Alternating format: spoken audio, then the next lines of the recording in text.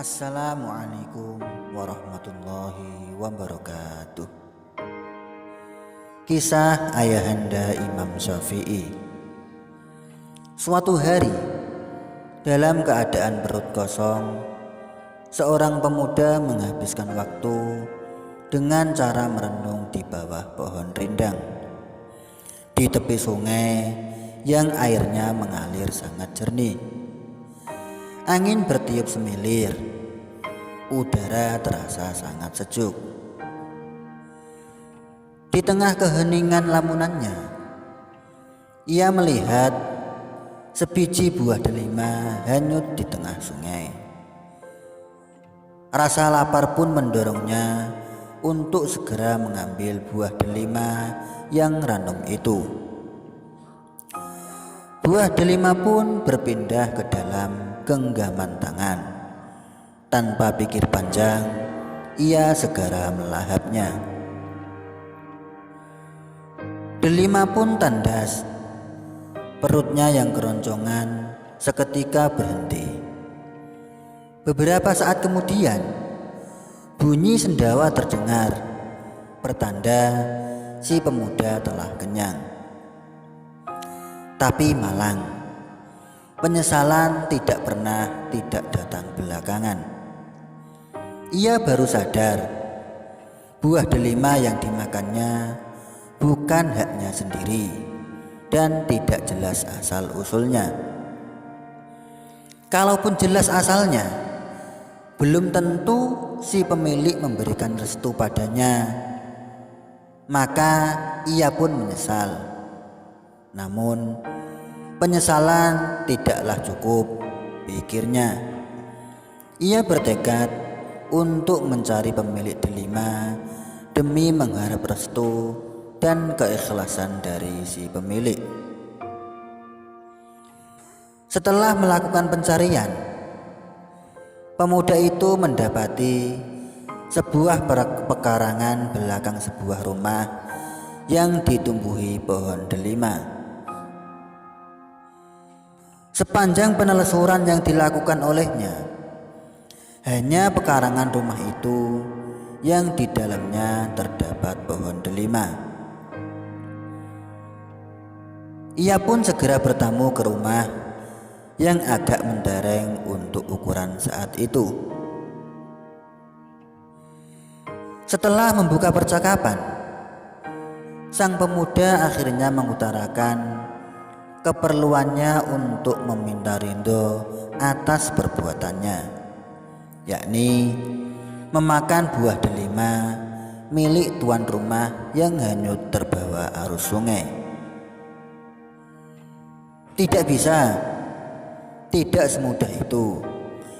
Jika engkau hendak mencari kehalalan delima yang sudah kau makan, ada syarat yang harus kau penuhi, ucap tuan rumah. Apa tuan syaratnya itu? Tanya si pemuda. Begini, untuk menghalalkan delima itu, kau harus mengaji sekaligus menjadi pelayanku selama 2 tahun. Apakah kau menyanggupinya, anak muda? Tanya pemilik rumah. Meski perasaannya sedikit bimbang, tapi persyaratan yang diajukan tuan rumah itu ia jawab dengan anggukan. Kebimbangan bertarung dan akhirnya kalah oleh tekad bulatnya yang ingin menghalalkan buah delima yang telah ia makan. 2 tahun berlalu. Dengan penuh suka duka, pemuda itu berhasil melewati dengan catatan rapor yang gemilang.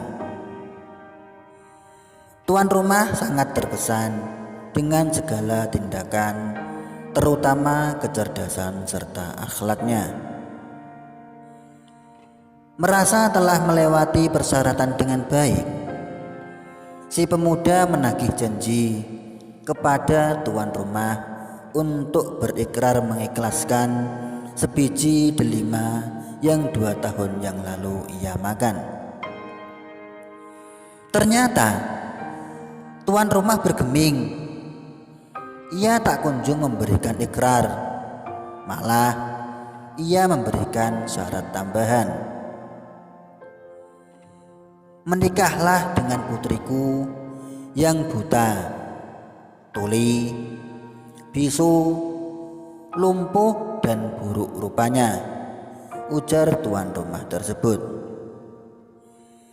Bagai disambar petir, perasaan campur aduk menghampiri pemuda tersebut. Ibarat pepatah, sudah jatuh tertimpa tangga. Pikirannya berontak. Ia pemuda tampan. Hatinya berkata, mana mungkin aku harus menikah dengan perempuan yang seluruh inderanya tidak berfungsi, kata pemuda dalam hati. Namun sekali lagi, hati kecilnya tetap mendorongnya untuk bertekad mencari kehalalan buah delima yang telah ia makan. Pada hari yang ditentukan, pernikahan pun dilangsungkan. Dan setelah akad, si pemuda dipersilahkan masuk ke dalam kamar pengantin. Ia mendapati seorang perempuan yang sangat cantik, rupawan. Pemuda itu mendekatkan diri. Ia mengamatinya dari dekat. Bukan, saya pasti salah masuk kamar. Bukan, saya pasti salah masuk kamar, kata pemuda dalam hati. Ia bergegas keluar dari kamar dan segera menemui ayah mertuanya. Keduanya terlibat percakapan. Sang mertua pun meyakinkan bahwa pemuda itu tidak salah kamar. Mertuanya mengatakan perempuan di dalam kamar pengantin benar adalah putrinya yang memang tuli, karena telinganya tidak pernah digunakan untuk mendengarkan gosip. Memang buta karena matanya tidak pernah digunakan untuk bermaksiat. Bisu juga karena bibirnya tidak pernah digunakan untuk menghujat dan mencibir. Serta memang putriku lumpuh karena ia tak pernah pergi selain ke tempat-tempat ibadah. Senyum di bibir pemuda itu mengembang. Air matanya menetes. Bahagia campur haru menjadi satu. Pemuda itu bernama Idris, dan dari perkawinannya dengan perempuan anak pemilik pohon delima tersebut, kelak akan lahir seorang ulama besar yang bernama Muhammad bin Idris Asy-Syafi'i, atau yang populer dengan sebutan Imam Syafi'i, seorang imam mazhab yang dianut oleh mayoritas penduduk di negara-negara di Asia Tenggara. Berikut kisah yang dapat kami persembahkan. Barakallahu li walakum. Wassalamualaikum warahmatullahi wabarakatuh.